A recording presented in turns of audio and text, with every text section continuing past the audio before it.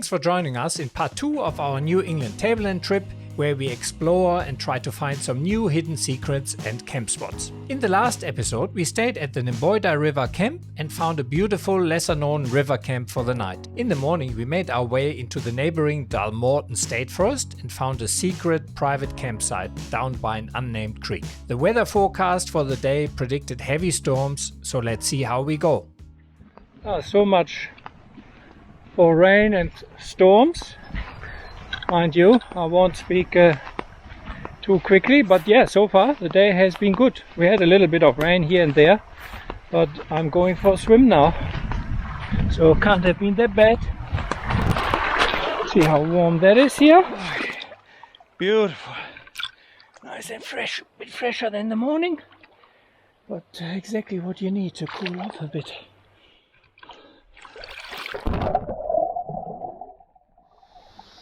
Our camp, can't really complain. Now look at that vine here, which seems to be strangling that tree all the way up there.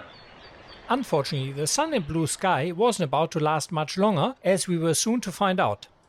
However, I used the good weather to get my breakfast/dinner on. Gonna try to get some dinner in before the rain comes down here. So, fresh cooked today. Beans, chicken, bit of ketchup mayonnaise, some rice. Last night I had Campus Pantry, which was brilliant. Tuna mornay. But yeah, today fresh chicken, fresh beans, everything fresh except the rice is microwave. So you can eat tonight. Some spoons. Nice. Yeah, it'll come together. Actually, not a bad timber, this one.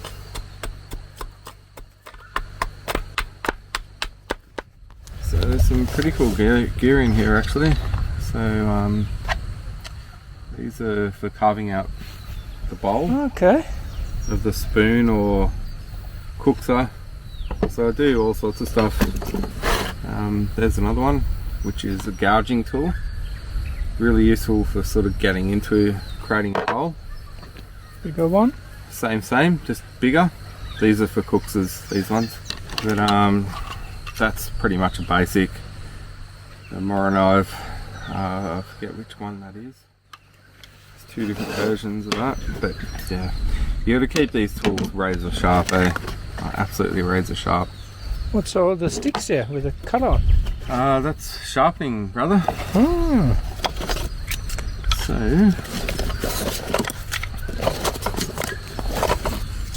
these were all homemade. So we've got these are actually paint stirring sticks. So we've got what I did is just bought the paint stirring sticks, cut them down. Put sandpaper on it? Yeah, just spray glue. Yeah. That's 600 grit.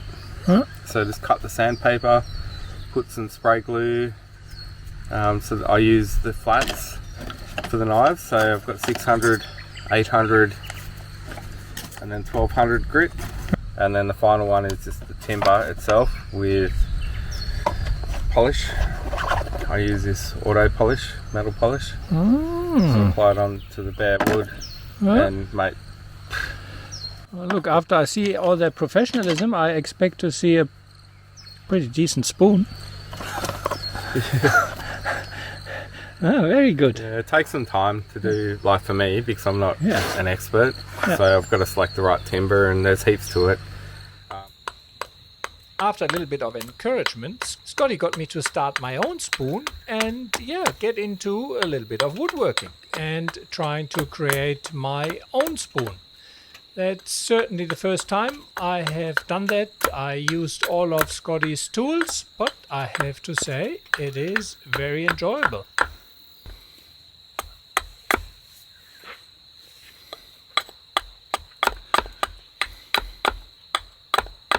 First spoon attempt, not sure how good that's gonna go. I think so far we accomplished our objective. We found new camp spots and explored new areas we hadn't seen. We always try to find more remote stuff, which we certainly did. So far, very happy.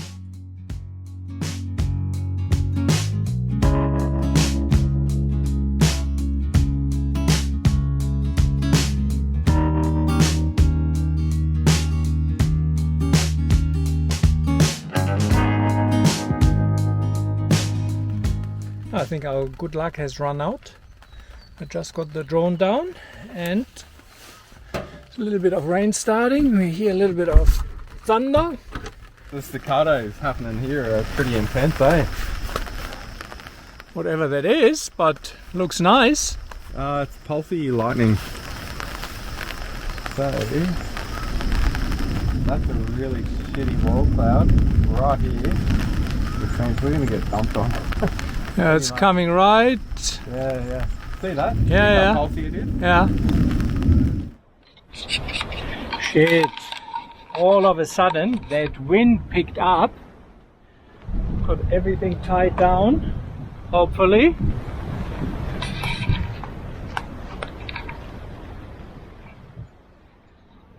How that wind comes, huh? Yeah, we're about to get the front flanking downdraft, which is just starting now, and then comes the rain.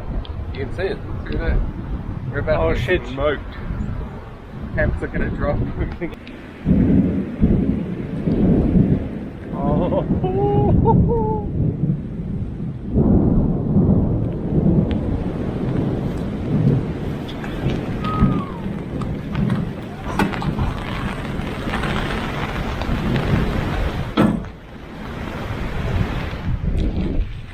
Here it comes.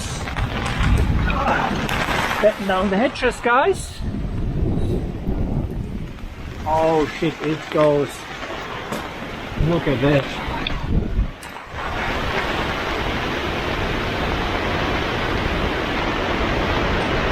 It's going to be interesting.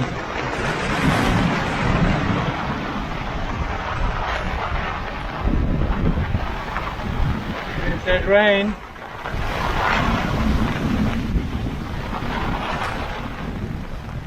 Fortunately, I have all the poles packed down. I have the guy ropes out.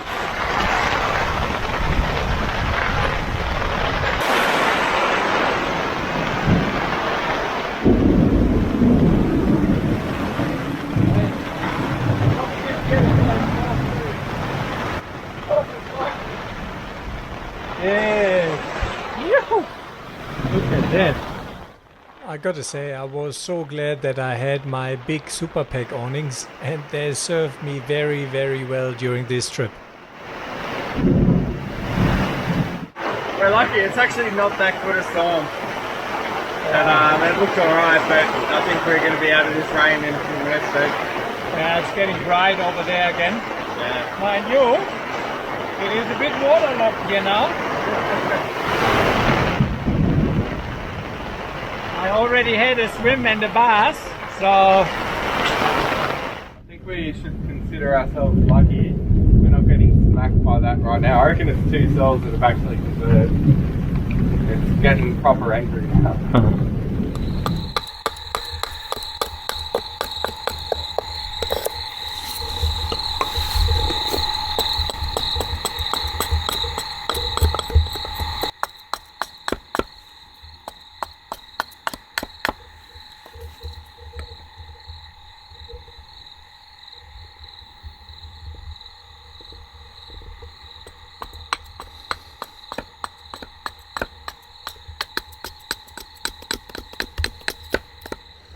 Yeah, bedtime now. It's raining, thundering, lightning.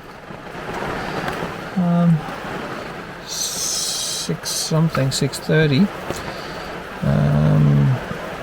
It rained the whole night. There were one or two short lulls, but otherwise it just rained. So I'm keen to see how we're actually going to get out here, I have to say. When we went down here, we knew the weather wouldn't be too good. So we checked that it's fairly steep down here, but it's reasonably rocky as well. Should be alright. but there was one steep little creek entry and exit. It will be interesting to see how much water is in there now. The weather is not too fresh hot, as you can see.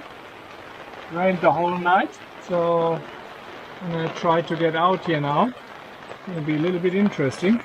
At least that steep creek crossing, the entry and now the exit more. Airing down a bit more.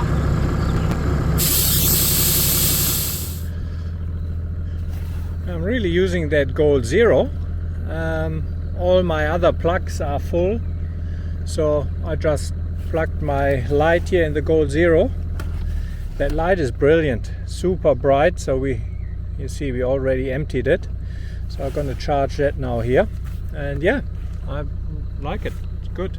We haven't decided whether we go to Glen Innes, maybe get a motel for the night, offload the footage, wait out the worst of that weather, and then continue tomorrow. Or if we find something along the way, we may as well set up. Everything is obviously drenched. It was good to take a couple more wet bags, because I had for the first time one of my walls out on the car for the super bag awning, so that is wet obviously, and my fly from the bunker is also wet because the rain blew under it.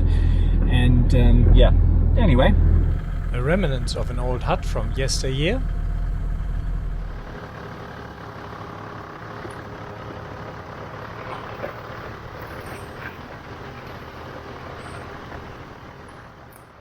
This is a bit now where we thought it could possibly be interesting. However, looking at it from this side, it's actually not that steep, and fortunately the water level hasn't risen too much. So let's have a look how I managed to get up there. The car is in low range. I run around 25 psi in my 35-inch BFG KM3s, and no lockers are engaged.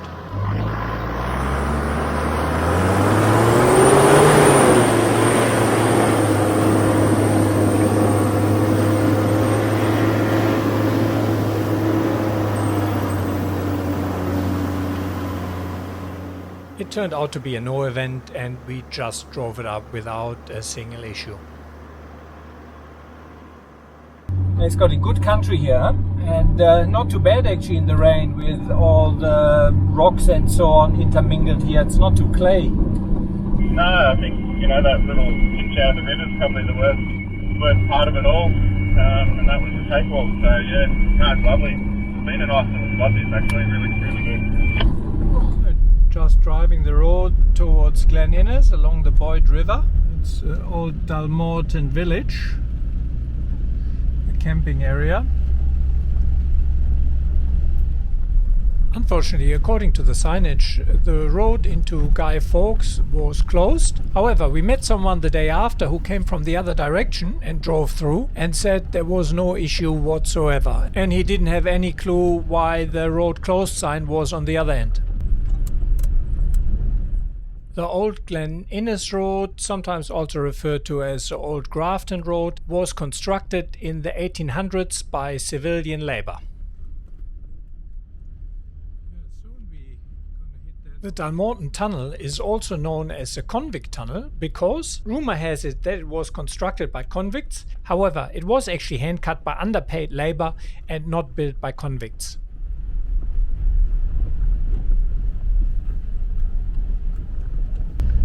Rock falls.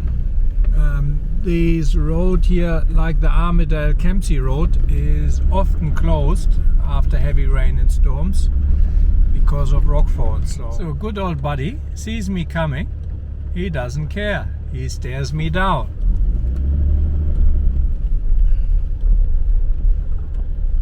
What now? What?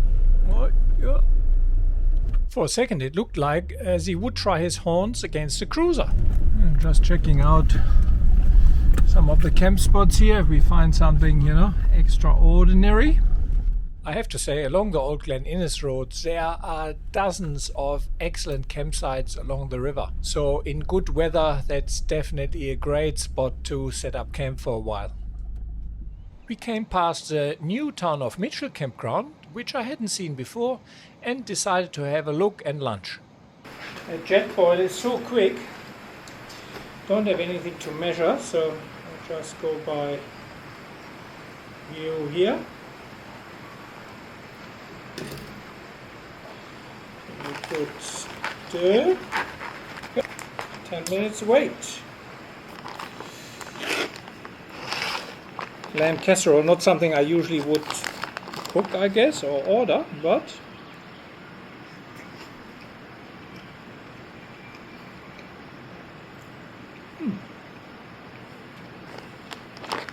tastes good. It's good I put a bit more water in.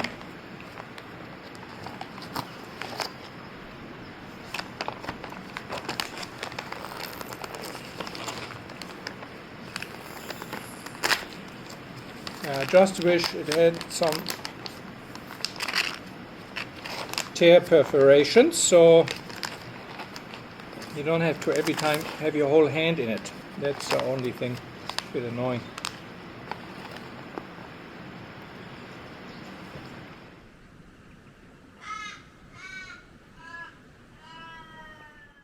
The town of Mitchell Campground is located right next to the road. However, the river was absolutely beautiful, and given that all of our gear was soaked, we decided to set up for another night and hopefully catch a dry spell to get our stuff dry. My Super Pack awnings really got the biggest workout they ever received on this trip, because I had the awnings up every night due to the incessant amount of rain. I only had one sidewall with me, which certainly is better than none, but I have to say for these type of weather, it's definitely advisable to have two sidewalls and create yourself a little dry pocket. For this kind of weather, I also always have a few dry bags in the car, so that I can fold the wet sidewalls and just place them in a dry bag, which I then can have inside the car without wetting all my other stuff. I also always use a dry bag for my stretcher fly when traveling. That means a wet fly won't wet anything else, and it also makes packing in quite easy because I don't have to try to fit it into the stretcher bag.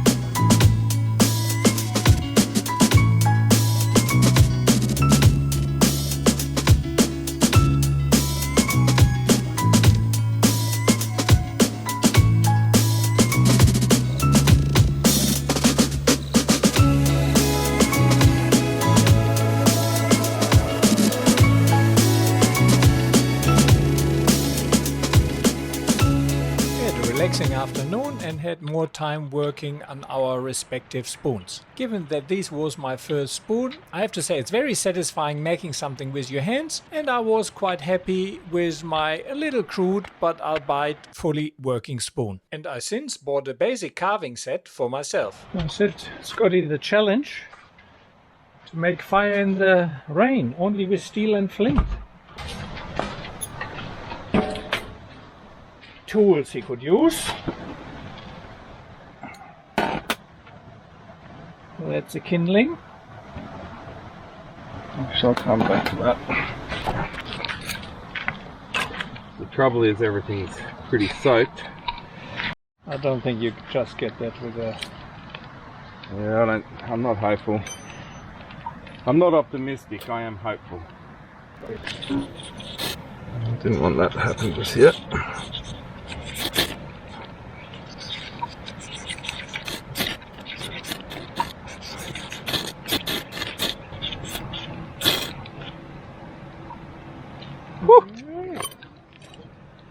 Oh, I lost it.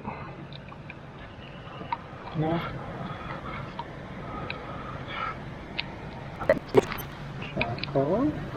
Scotty is now trying some charcoals which he prepared at home. It's a brilliant tinder with a very low ignition temperature and makes fire lighting much easier. However, in these wet circumstances and with not enough really dry kindling, it still poses a challenge, so Scotty goes one step further. Given that it's raining and it's pretty miserable, I'll resort to something I prepared earlier, which is cotton wool soaked in Vaseline. Yeah. So it's best with this stuff just to fray it out a little. Create those fine little spiderweb like strands. Now this will go every single time. That's a lot of everything.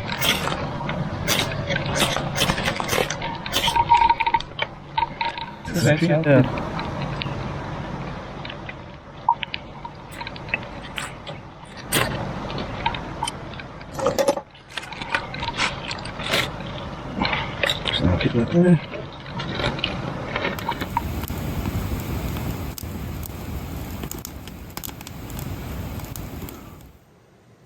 The next morning I went down to the river again to see how the water levels have risen after a night of rain. Now, somewhere I'm smelling a rotten carcass. Somewhere is a dead animal here. I smelled that yesterday. These shows quite good the differences. On top is yesterday and on the bottom is this morning. The most of the sandbank you see on top has disappeared at the bottom. When I unpacked the stretcher, I found the top of a riff nut lying in there. I didn't know what it was from. Now I know, because these bolts came out here.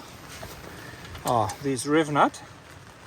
It's just a joke. That's a third time now that the stretcher is replaced. That unit has now, how many nights? 3 nights. Yeah, 3 nights. That's a brand new stretcher, the third replacement. It's a joke, huh? Yeah.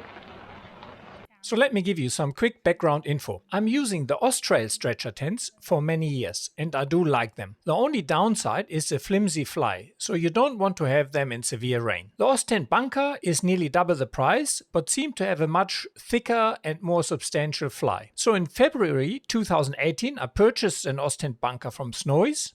However, it arrived with faulty zippers and it had stains on the bedding and appeared to have been used even though it came straight out of the box. So I returned it and did nothing else about it. In 2020 I saw the Oztent Bunker for sale at Outback Equipment and decided to give it another go. Due to COVID, I only used the stretcher in November on our South Australia trip. But after a few nights, I found that one of the seams on the fly, which always has a lot of pressure on, did not have enough fabric and started to come apart. So after my return, I contacted Outback Equipment and Oztent to ask for a repair or replacement. But I was told they don't repair and that my stretcher was discontinued. As far as I could see, it was just renamed to Bunker Pro, and that they could only offer me the Bunker Light, which has the same lightweight fly as the Austrail and was not a like-for-like replacement. After a lot of to and from between myself, Outback Equipment and Oztent, they agreed to provide me the equivalent Bunker Pro. However, it took 6 months and many more emails to receive a proper replacement. I unpacked the box a few days before this trip to set up the stretcher